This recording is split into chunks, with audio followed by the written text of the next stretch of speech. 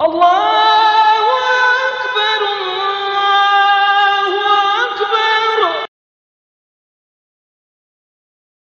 Kita manusia, orang mukmin, bila nak bersumpah mesti bersumpah dengan nama Allah, dengan Rasul, dengan nama Allah, dengan nama Rasul.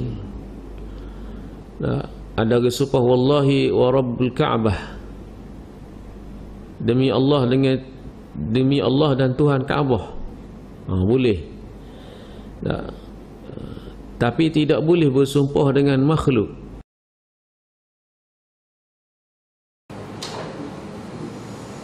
A'udzubillahi minasyaitonirrajim. Bismillahirrahmanirrahim.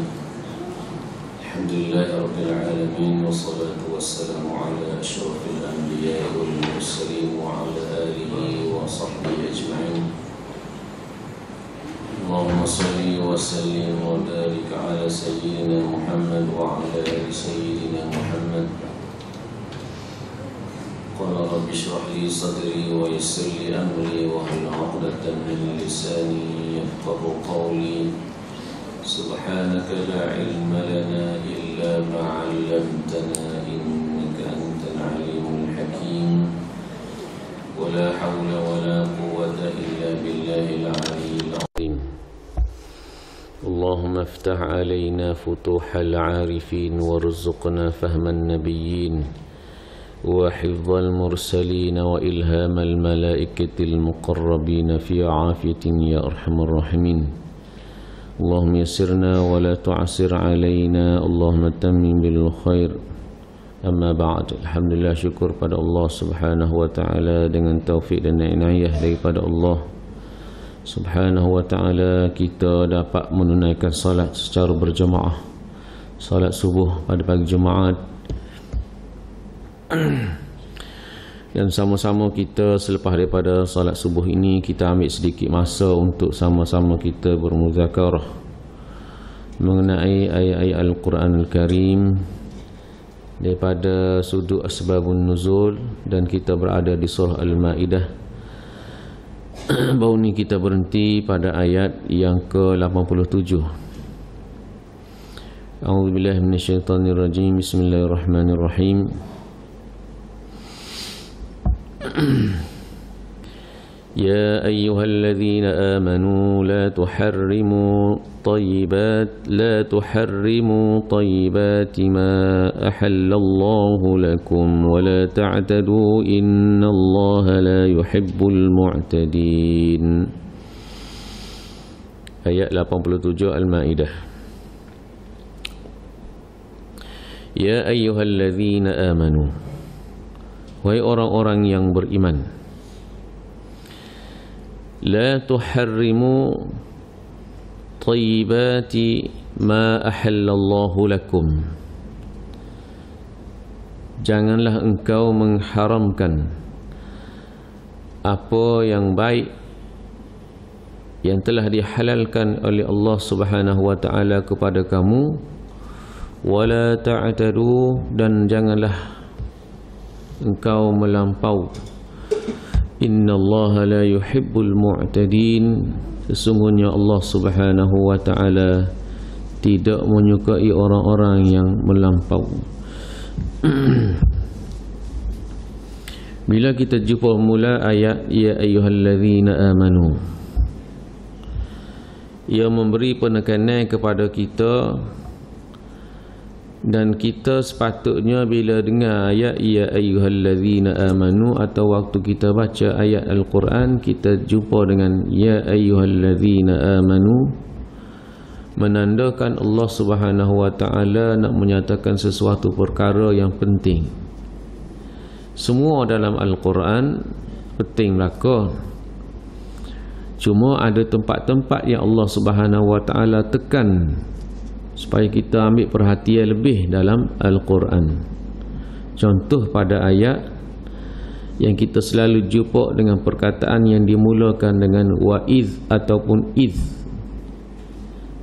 Iz ni dengan maksud dan ingatlah tatkala, dan ingatlah apabila Allah Subhanahu wa ta'ala menyatakan. Itu perkataan iz. Bila kita baca itu satu penekanan. Dan kita telah jumpa dalam ayat Al-Quran Allah Subhanahu wa taala letakkan dengan qasam dan juga taukid. Banyak qasam ni Allah Taala nyatakan dalam awal surah, ada Allah nyatakan dalam pertengahan ayat, iaitu Allah Taala ni bersumpah. Allah Subhanahu wa taala bersumpah, kita ni juga bersumpah. Kita manusia, orang mukmin, bila nak bersumpah mesti bersumpah dengan nama Allah, dengan Rasul, dengan nama Allah, dengan nama Rasul. Ada bersumpah wallahi wa rabbul Ka'bah, demi Allah, demi Allah dan Tuhan Kaabah. Boleh. Tapi tidak boleh bersumpah dengan makhluk. Kita manusia, kita ni makhluk, maka kita kena bersumpah dengan Khalik, Allah pencipta. Adapun Allah Subhanahu wa taala, dia bersumpah dengan makhluk yang dia ciptakan.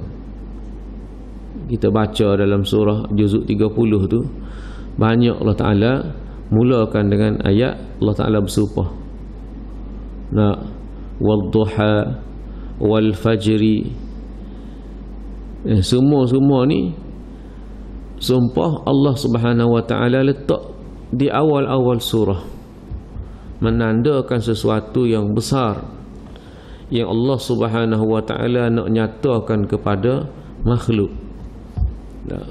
Sebab itulah Al-Quran menjadi mukjizat. Sewaktu mana manusia, masyarakat Arab waktu tu dia duduk, orang panggil, dalam keadaan yang mana dia ni disibukkan dengan bahasa yang sastra. Duduk, orang panggil syair. Syair, puisi ni hak mana sedap.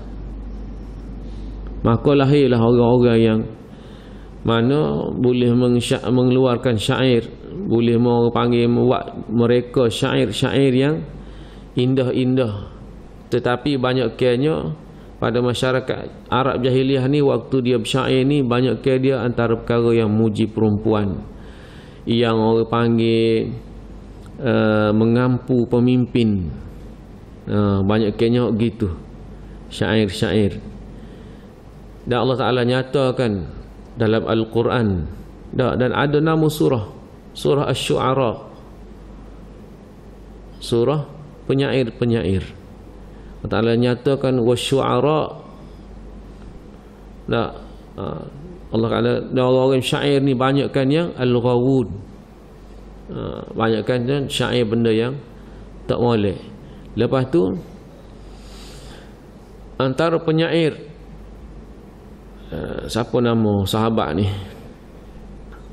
bila dia masuk Islam, dia tukar syair dia tadi kepada muji Nabi sallallahu alaihi wasallam, yang dipanggil dengan madaih, yang dipanggil dengan burdah. Itu puji-puji Nabi sallallahu alaihi wasallam yang mana berlaku zaman Nabi. Itu orang panggil sahur dengan gaya bahasa. Bila mari Al-Quran, Allah Ta'ala nyatakan dengan ayat-ayat yang kadang-kadang Allah Ta'ala letak huruf hijaiyah tu duduk depan. Huruf hijaiyah tu duduk depan, dan gunakan bahasa Arab. Gunakan bahasa Arab. Bahasa Arab, bahasa Al-Quran ni guna bahasa Arab, yang mana bahasa Arab tu jadi mulia, dan dia ni mempunyai ketinggian dari segi sastra dia. Nabi kata uhibbul Arab li thalathah, aku sukakan pada bahasa Arab ni 3 perkara. Yang pertama, Nabi kata wahia lughatu ummi, dia ni bahasa mak aku kecek. Wa lughatu apa ni, belum sekali kata wahia lughatul Quran, bahasa Arab ni ialah bahasa Al-Quran. Wa lughatul jannah, wa lughatu ahlul jannah, dan bahasa ahli syurga. dan juga bahasa mak dia. Dan kita pun kena orang panggil berusaha untuk cuba mendalami bahasa, memahami bahasa. Dan bahasa yang mula-mula kita kena belajar ialah bahasa Arab. Walaupun orang panggil dari segi marketnya bahasa Inggeris tu lebih orang panggil keutamaan, tapi sebenarnya yang paling utama ialah bahasa Arab dulu. Orang ngaji bahasa Inggeris nak pandai boleh speaking, kecek dengan cucu pun ke orang putih. Nak sit down, come here panggil. Hilai tu bunyi kecek orang putih. Tapi semaya patah habuk tak faham. Apa pek dah. Sedangkan dia nak berurusan dengan Allah Subhanahu wa taala dengan bahasa Arab. Dia nak faham apa yang Allah Taala sebut dalam Al-Quran dalam bahasa Arab. Jadi bahasa Arab adalah bahasa yang lebih universal, lebih orang panggil antara bangsa nak dibandingkan dengan bahasa Inggeris yang didakwa oleh manusia biasa. Dia kata bahasa antarabangsa. Tapi Al-Quran Nabi SAW sebut bahasa yang merentasi alam. Bahasa yang merentasi alam. Nah, bahasa Inggeris ni sekat dunia. Malaikat tak tanya kau putih. Masuk alam barzakh, masuk alam kubur, malaikat tak kecek putih. Kecek bahasa Arab. Gi daripada mahsyar. Nah, waktu perhitungan di mahkamah Allah Ta'ala, bahasa Arab. Masuk dalam neraka pun bahasa Arab. Dan bahasa dalam ahli syurga pun bahasa Arab.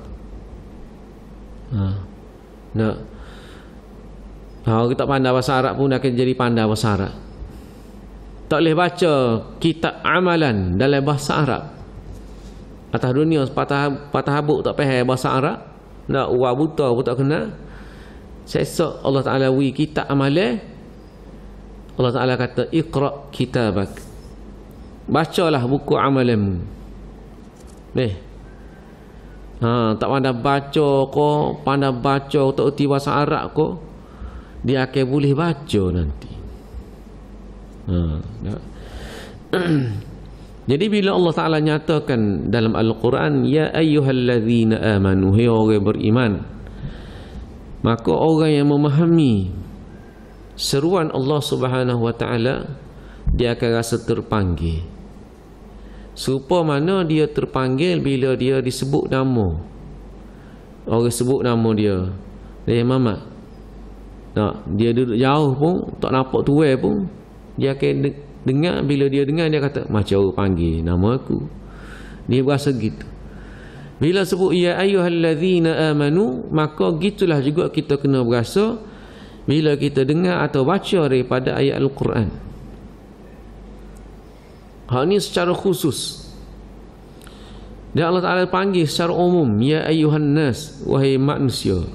Termasuk belaka orang beriman atau tak beriman, Allah Ta'ala panggil ya ayyuhan nas, wahai manusia. Maka kita juga perlu ada perasaan waktu mana mendengar atau membaca ayat tersebut. Seperti mana kita baca ya alladzina amanu. Mana perasaan kita kena lebih lagi rasa Allah Ta'ala panggil. Apalagi bila kita tahu bahawasanya bila orang panggil tu orang nak menyatakan sesuatu kepada kita. Allah Ta'ala sebut pada kita ni dengan suatu perkara yang ada benda penting daripada ayat seruan ya ayyuhalladzina amanu. La tuharrimu tayyibati ma ahallallahu lakum. Janganlah engkau mengharamkan apa yang baik yang telah Allah Subhanahu wa Ta'ala halalkan kepada kamu. Wala ta'tadu, dan janganlah engkau melampaui batas. Innallaha la yuhibbul mu'tadin, kerana Allah Subhanahu wa Ta'ala tidak menyukai orang yang melampaui batas. Asbabun nuzul, daripada Ibnu Abbas radhiyallahu ta'ala anhuma menyatakan bahawasanya anna rajulan qala lin nabi sallallahu alaihi wasallam, seorang lelaki telah berkata kepada Nabi sallallahu alaihi wasallam, "Ya Rasulullah, inni idza asabtu lahm." Ya Rasulullah, aku ni apabila aku makan daging. Inni idza asabtu lahm, aku apabila aku makan daging, intashartu lin nisa, maka aku ni akan timbul syahwat aku dan berasa nak kepada orang perempuan. Wa akhadhatni syahwati, lalu aku dikuasai oleh syahwatku. Makan daging. Antara perkara yang tayyibat, makanan yang tayyib ini ialah daging. Daging, kerana dia tu pembekal kepada protein. Orang makan daging. Jadi waktu itu, waktu dulu kalau makan daging ni semua makan kali. Waktu sekarang ni makanlah daging pun seperti. Sebab kerana kita dah makan banyak benda yang tak tayyibat, yang tidak tayyibat. Bahan-bahan kimia, pengawet banyak. Tak masuk pula bahan-bahan lain, toksik, tak toksik masuk dalam badan belaka. Jadi makanlah yang baik-baik pun tak memberi kesan pada tubuh. Makan madu tu, orang ngepin madu ni asli, makan madu asli, tak jadi juga. Tak ngepin madu ni asli, beli hak tu pula tak jadi juga. Keluluk lah, tualai lah, lebah yamil, macam-macam makan madu. Lalah tak memberi kesan kerana tubuh badan ni tak boleh nak menerima nak serat zat tersebut, ataupun zat-zat tadi habis gitu je masuk dalam tubuh kerana toksik banyak dalam badan. Makan ubat tak jadi selalu, kena makan dalam tempoh masa yang lama baru memberi kesan, sebab banyak toksik dalam badan. Banyak nyakit dah dalam perut. Jadi seorang sahabat Nabi, tak disebut nama dia, mari jumpa dengan Nabi sallallahu alaihi wasallam. Dia kata, Rasulullah, aku ni tak boleh makan daging. Kalau makan daging mula disibukkan dengan syahwat. Tak situ di rumah. Jadi oleh kerana itu aku mengharamkan diri aku makan daging. Dia kata ke Nabi, depan Nabi dia kata, aku telah mengharamkan diri aku daripada memakan daging. Tak usah makan daging. Aku letak daging tu haram. Lalu turunlah ayat ni. Antara salah satu sebab nuzul, seorang sahabat ni tak usah makan daging dan mengharamkan daging. Lalu turunlah ayat ni. Ada pula dalam surah lain, kita akan jumpa nanti, surah At-Tahrim. Allah Ta'ala letak nama surah tu At-Tahrim, surah pengharaman, iaitu berkait dengan Nabi sallallahu alaihi wasallam sendiri yang mengharamkan diri dia daripada memakan madu.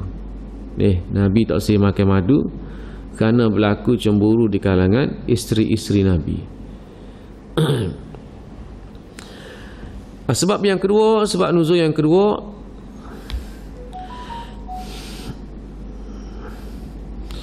ada beberapa orang sahabat Nabi sallallahu alaihi wasallam yang diriwayatkan daripada Ibnu Abbas juga, anna ruhtan min ashabi Rasulillah sallallahu alaihi wasallam, ada sekumpulan daripada sahabat Nabi sallallahu alaihi wasallam, minhum Uthman bin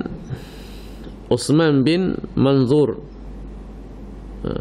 Uthman bin Maz'un dan juga Abdullah bin Umaru wa Abu Dhar al-Ghifari wal Miqdad bin al-Aswad. Abu Dhar al-Ghifari, Miqdad al-Aswad dan juga Salim maula Abi Hudzaifah. 5 orang. Wattafaqu ala, mereka ni berpakat, ala an yasumun nahar, yang pertama mereka pakat untuk nak berpuasa pada siang harinya, iaitu setiap hari. Nak puasa tiap-tiap hari. Kemudian mereka juga berpakat untuk wattafaqu ala qiyamul laili. Bangun waktu malam nak beribadat. Beribadat waktu malam dan tiap-tiap malam. Wala yanamu 'ala al-firash, dan tidak mahu tidur di atas hamparan. Tak si tidur atas lembek, tak si tidur atas katil, nak tidur kat atas gelegar. Wala ya'kuluna min at-ta'ami illa quta, dan tidak mahu makan daripada makanan ni kecuali sedikit sahaja.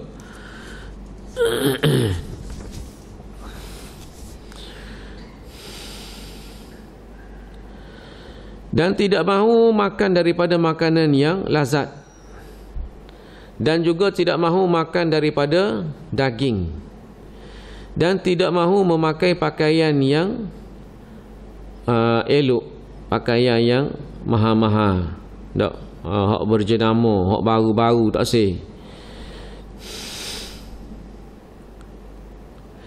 Dan mahu menambah zikir, wa an yajbu madzakirahum, nak menambah zikir tu, nak kalau boleh nak banyak lagi zikir. Wa ya'tazilun nisa, dan mereka juga menjauhi isteri-isteri mereka, tidak mahu menggauli isteri-isteri mereka.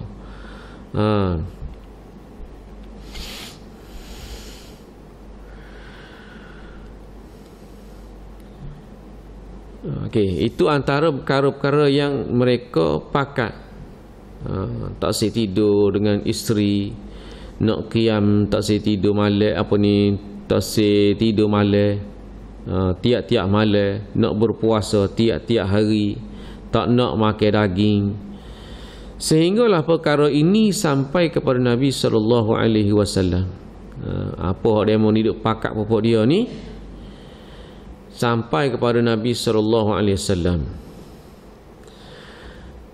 Lalu Nabi sallallahu alaihi wasallam memanggil mereka, dan Rasulullah sallallahu alaihi wasallam bertanya.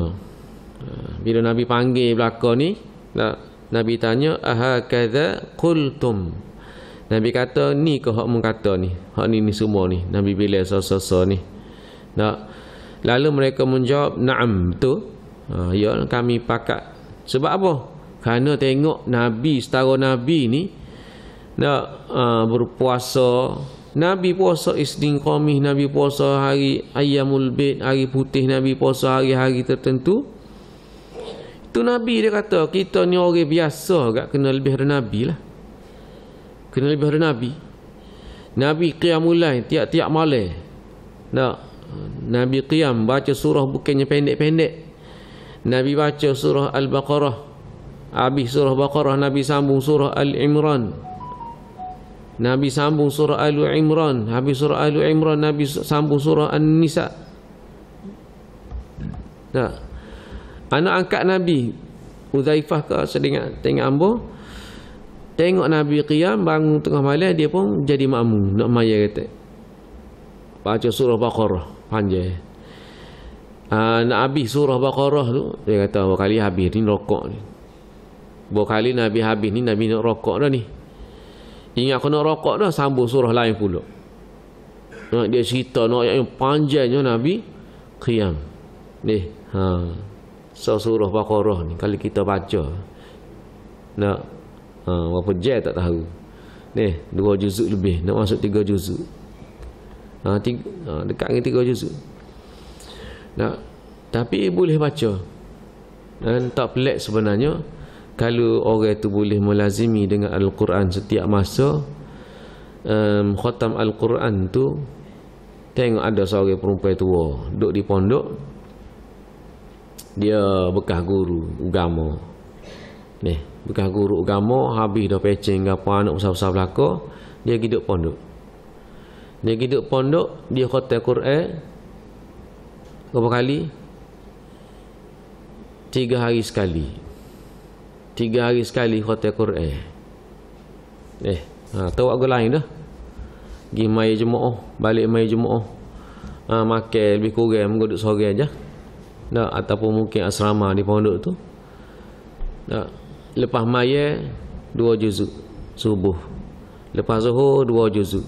Lepas asar 2 juzuk. Lepas maghrib 2 juzuk. Lepas isyak 2 juzuk. Kalau dia kata ada kuliah maghrib, ada pengajian, lepas isyak tu dia akan berhabis juga juzuk yang tertonggak. 10 juzuk sehari. 10 juzuk sehari, 3 hari khotam. Lepas tu bukan sekali, setiap 3 hari khotam Al-Quran. Tak, wallahu a'lam. Kita ni jauh lah. Ni, itu zaman sekarang. Zaman salafus salih. Zaman salafus salih ni, apa ni,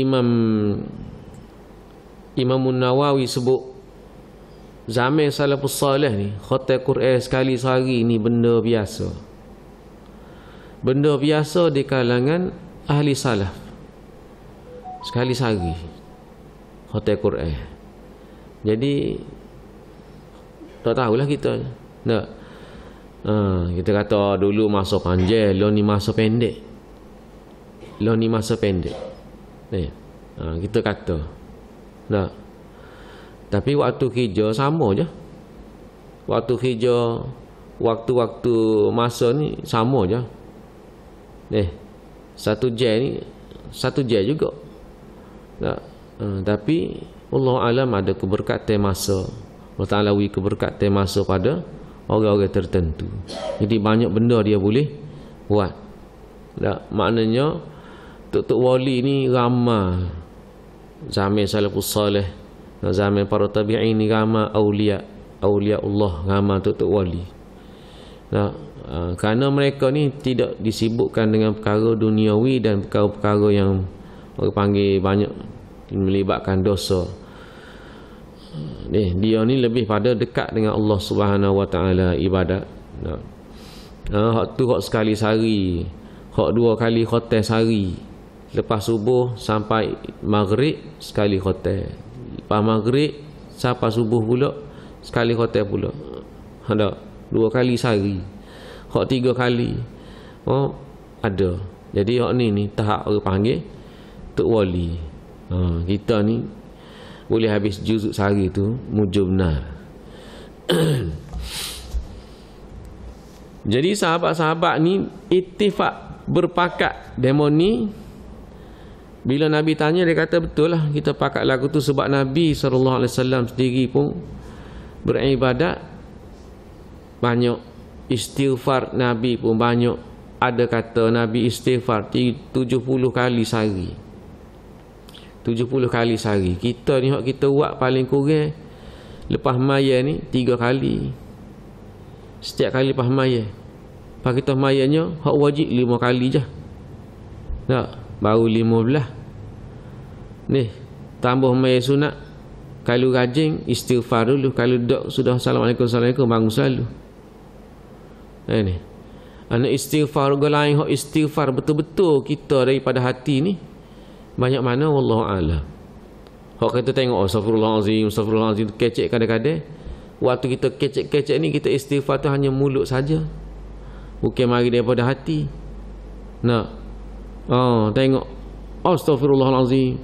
Waktu terkejut. Nak. Telatah. Lain dah. Istighfar ni gapo? Minta ampun dengan Allah Ta'ala. Minta ampun dengan Allah Ta'ala. Aku minta ampun denganmu ya Allah. Waktu terkejut gitu lain dah. Nah. Jadi istighfar kita pun tak cukup. Nah. Ada kata Nabi istighfar 100 kali sehari. Ni. Bila Nabi tanya, dia jawab lagu tu, Nabi pun kata amma inni, adapun aku, Nabi kata. Nah. Amma inni asumu, adapun aku berpuasa, wa uftir. Aku ni aku Nabi. Nabi kata aku, adapun aku seorang Nabi, aku puasa, tetapi wa uftir, aku juga ada hari aku tak puasa. Bukan kata puasa sepanjang hari. Nah. Wa aqumul laili Wa arqud, aku bangun tengah malam semaya tahajud, semaya sunat, tapi ada juga hari aku tidur. Nah, maknanya ada waktu rehat. Wa atazawwaj, dan aku juga berkahwin. Nabi kata 3 ni. Nah, 3 ni aku buat.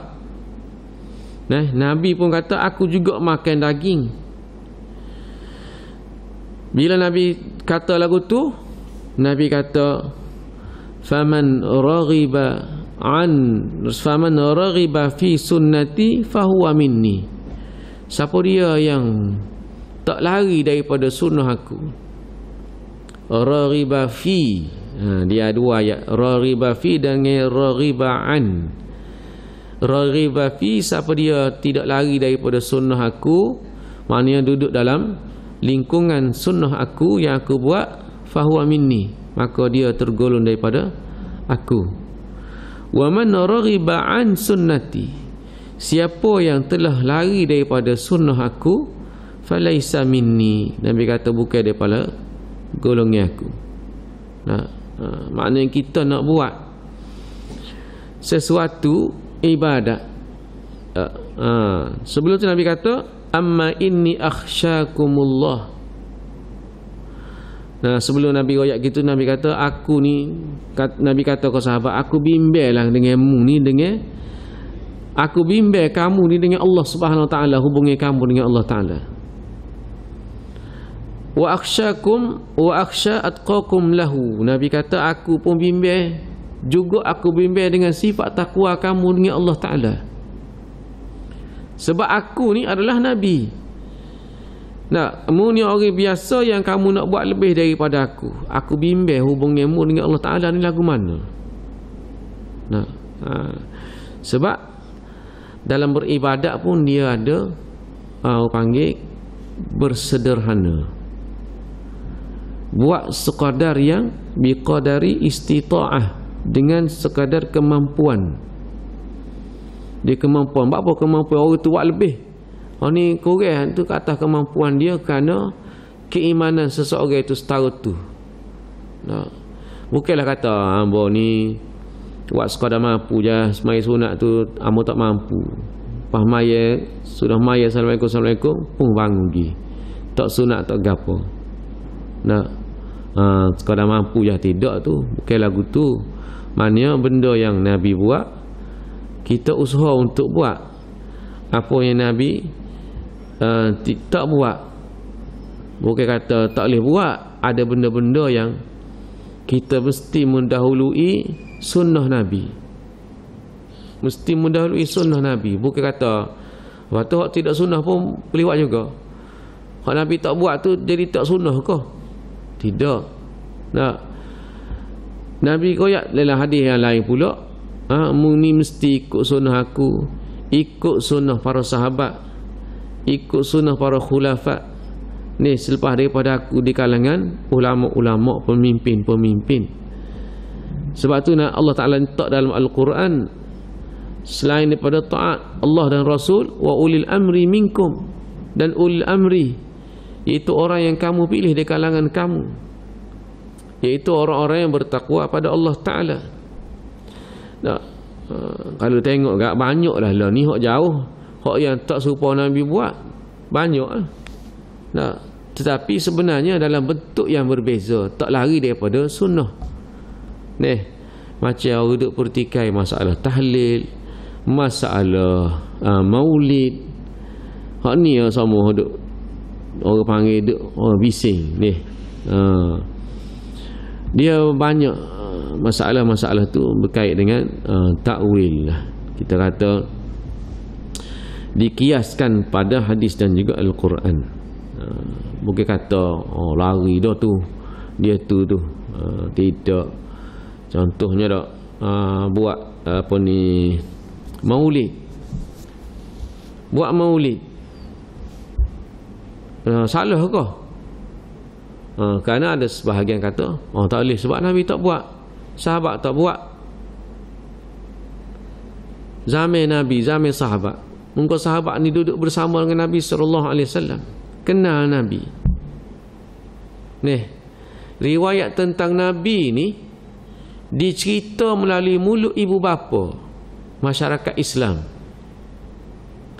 Lah ni ada ibu bapa cerita Nabi ke anak-anak. Jaga. Cerita sehingga boleh kenal Nabi SAW, sehingga boleh sayang ke Nabi ni SAW daripada keluarga, daripada mak ayah. Jadi kalau dulu betul lah, tak perlu buat maulid pun, sebab anak-anak boleh kenal Nabi SAW melalui keluarga mak ayah.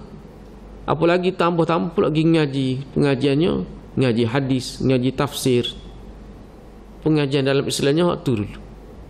Lepas tu bila moden lagi turubate apa semua tu, ilmu-ilmu, tapi ilmu-ilmu tu tak tinggal.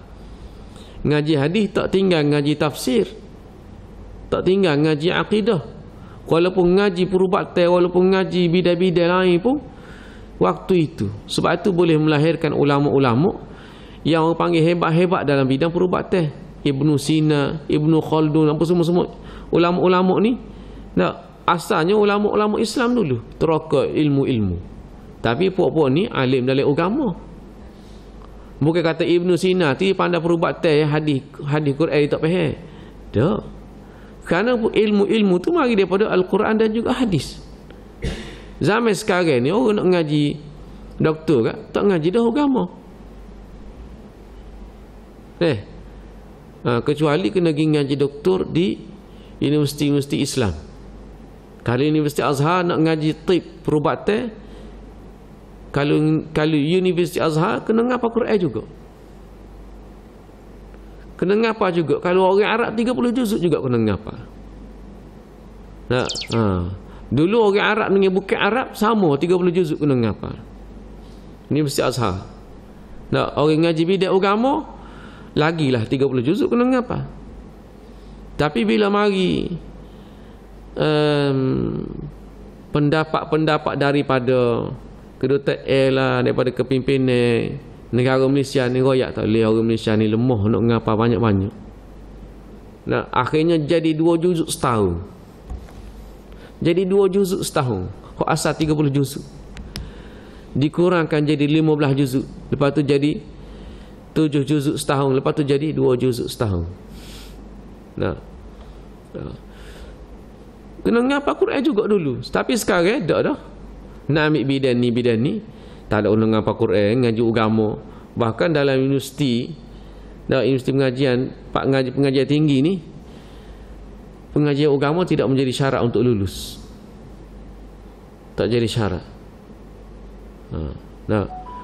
Nak masuk ke pengajian tinggi, pengajian agama ni, lulus tak apa dah. Tak perlu kredit. Tak lulus pun boleh terima. Alhamdulillah di Kelantan ni, bagi mana-mana yang tak ambil aliran agama, dia kena ngaji agama juga.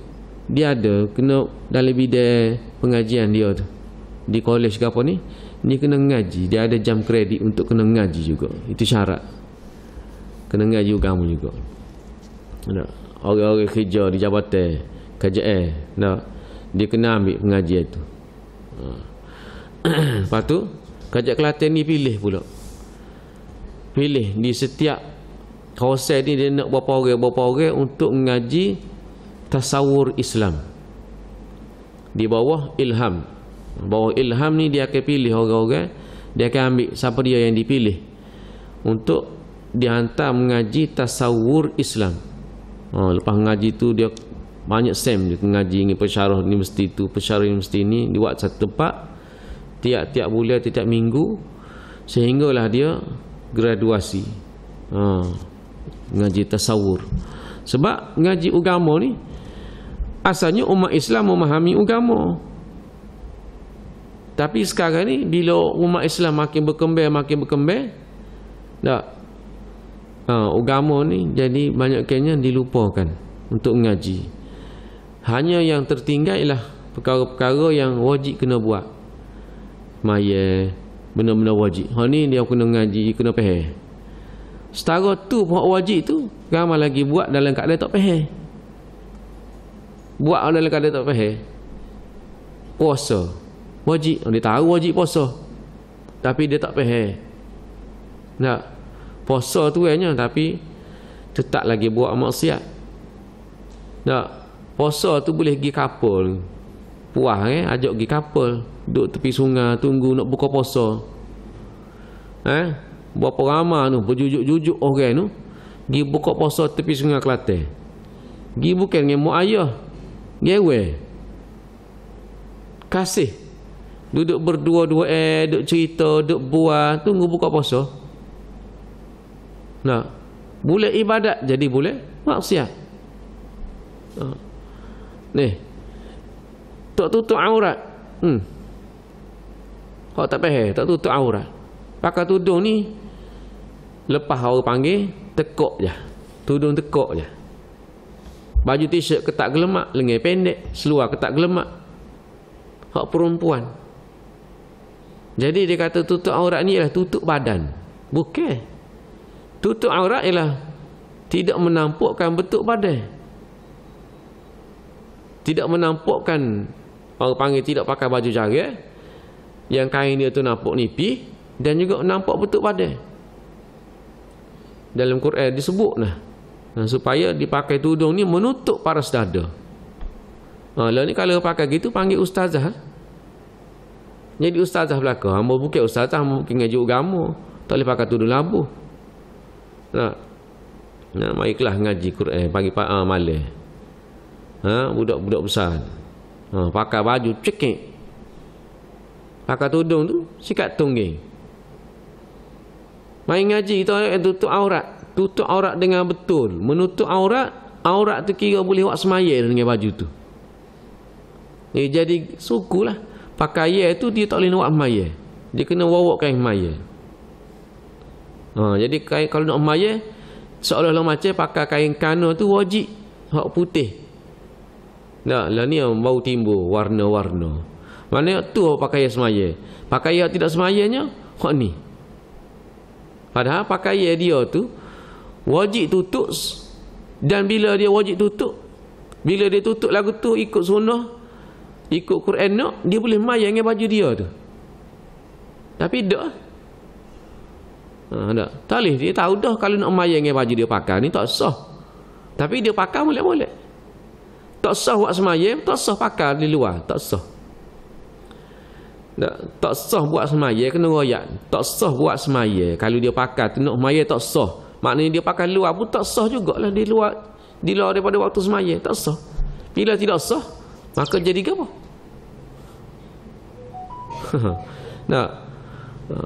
Batal. Bila batal dalam keadaan tu? Ini. Jadi tidak melampau daripada apa yang ditetapkan oleh agama. Nak berzikir, nak cari zikir. Sebelum cari zikir, kita nak belaga angin dengan kita tu, kena tengok dulu gapo dia yang Nabi amalkan dengan para sahabat amal. Waktu paginya gapo, waktu petangnya gapo, lepas maya ni baca apa. Dia ada waktu tu telah pun disebut, diriwayatkan oleh para sahabat, Nabi lepas maya baca ni. Waktu subuh Nabi lepas maya Nabi baca gini. Waktu pagi banyak Nabi baca gini. Hak Nabi sebut, riwayat sahabat kata Nabi royak waktu pagi ni baca hak ni. Yang dikumpulkan oleh para ulama jadi dipanggil maksurat. Jadi maksurat, jadi hizib. Hizib bahar, hizib apa lagi? Dia ada hizib. Dibaca oleh para sahabat, dibaca oleh para tabi'in, jadi amalah. Waktu dulu ni nak ambil dah, nak ngatik malam ni 1000. Sebab orang yang ngatik 1000 malam. Ngatik dia tak malam 1000. Jadi ngatik demo, ngatik kita pula ni boleh beri kat orang kalau kita nak beri. Tak tulis. Ngatik malam ni 1000, malam esok 1000, buat signboard apa ni. Ada whiteboard di rumah dinding. Malam ni 1000, esok 1000, cukup pula hari. Tak, 10,000. Jadi orang pun mari minta ngatik gambar ni. Mau ngatik dah nak berapa kali ambil. Ambo potong 2,000. Potong 2,000. Ha ni ambo ngatik kedai mudah 2,000. Ambo wi. Ha dak. Ha hala 50 riyal. Jadi gitu pula. Jadi hak tu lari jauh daripada sunnah Nabi. Nabi kata wa man raghiba an sunnati, siapa lari daripada sunnah aku, falaysa minni. Nak derma, nak puasa, nak infak, nak apa semua ni, tengok apa yang Nabi sallallahu alaihi wasallam nyatakan. Nak hak perbuatan Nabi. Habis ayat tu aku apa dah? Jangan sambung soal lagi. Boleh ke? Ni. Okey, pendek dah ni. A'udzubillahi minasyaitonir rajim. Ayat seterusnya. La yu'akhidhukumullahu bil-lagwi fi aymanikum walakin yu'akhidhukum bima 'aqadtumul ayman. بما عقدتم الأيمان فكفارته إطعام 10 مساكين من أوسط ما تطعمون أهليكم أو كسوتهم أو تحرير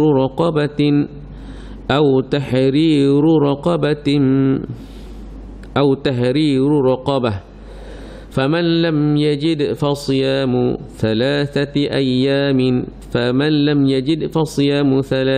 أيام ذلك كفارة أيمانكم إذا حلفتم واحفظوا أيمانكم كذلك يبين الله لكم آياته لعلكم تشكرون. Ayat dia panjang sikit.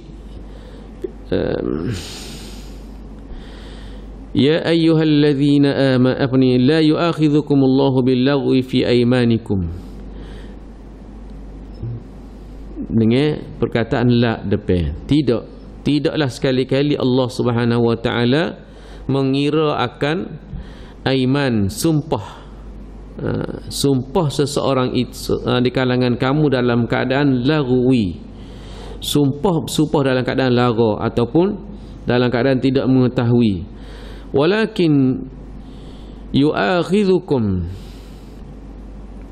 akan tapi Allah SWT ambil kira bima aqadtumul aiman, dengan sumpah yang kamu betul-betul i'tiqad, berpegang dengan sumpah tadi. Itu Allah Ta'ala buat kira.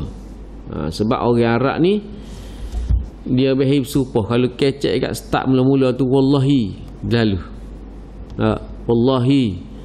Wallahi tu kat sumpah sama wallahi. Jadi orang Arab ni bersumpah lagu tu, dan dia bersumpah ni Allah Ta'ala kata yang kamu sumpah dalam keadaan kamu kecek buat sumpah buah dah, itu Allah Ta'ala tak kira. Tapi kalau betul-betul kamu sumpah dengan nama Allah, dengan i'tiqad kamu, dengan sesuatu yang kamu nak buat, maka itu Allah Ta'ala buat kira.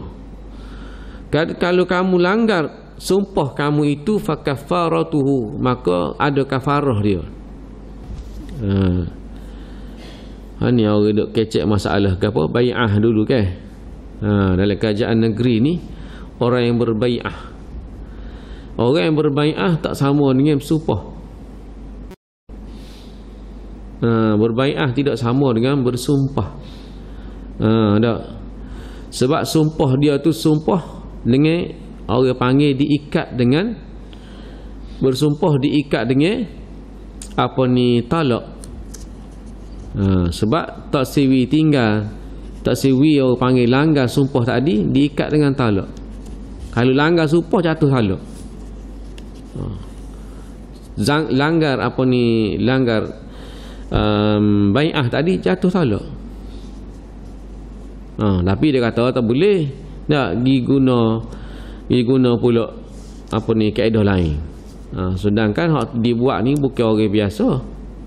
Di kalangan ulama dah buat. Dilanggar apa ni, bai'ah.